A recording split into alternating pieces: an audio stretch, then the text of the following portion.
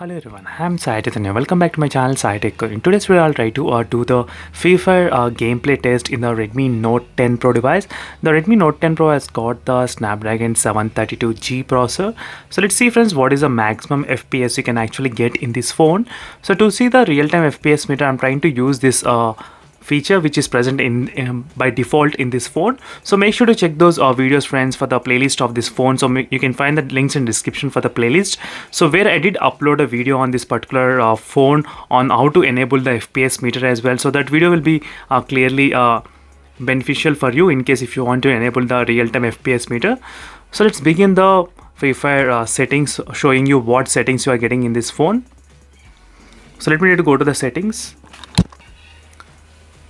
So you will be able to see this kind of real-time FPS meter, how much we are getting. So right now I am getting around 50 FPS.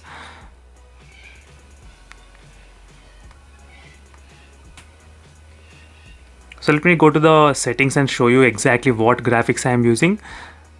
As you can see friends, I have selected to everything to the maximum, ultra, high, on and everything, as you can see. So I did select everything to the maximum settings in the Free Fire game, and let's see how well the phone will actually perform.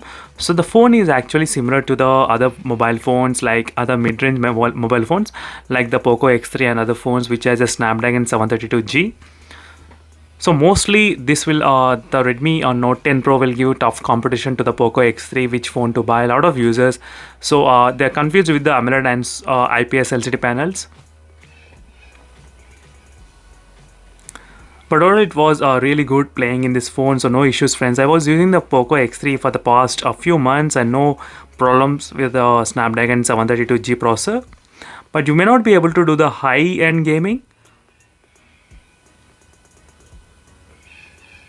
And also dual loudspeakers helps a lot in terms of the audio output coming from the both directions.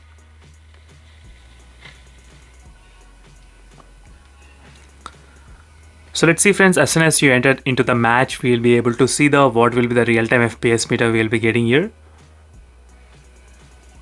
So right now I'm getting around 60 FPS, 59 FPS, you can clearly see. So maybe by default, if you use the all high graphics maximum, you might be able to achieve this kind of 60 FPS. But as soon as you touch the screen, the touch sampling rate is actually changing, as you can see.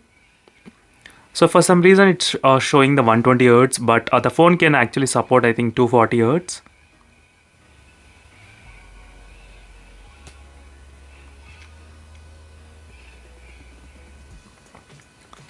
As you can see friends, I'm getting around 60 FPS consistently without any problem.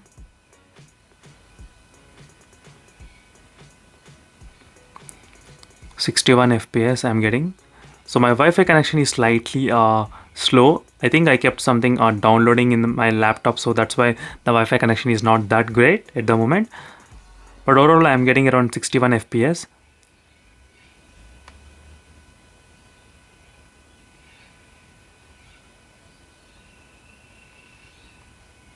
So now you can observe the real-time FPS meter, how much I'm getting.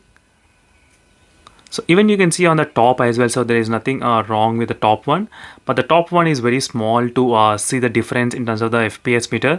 So that's why every time I'll try to show you this is a real by default FPS meter, you can use it, so which you will be able to see every time you play the game. So overall 60 FPS is clearly possible friends in this phone with the Snapdragon 732G processor.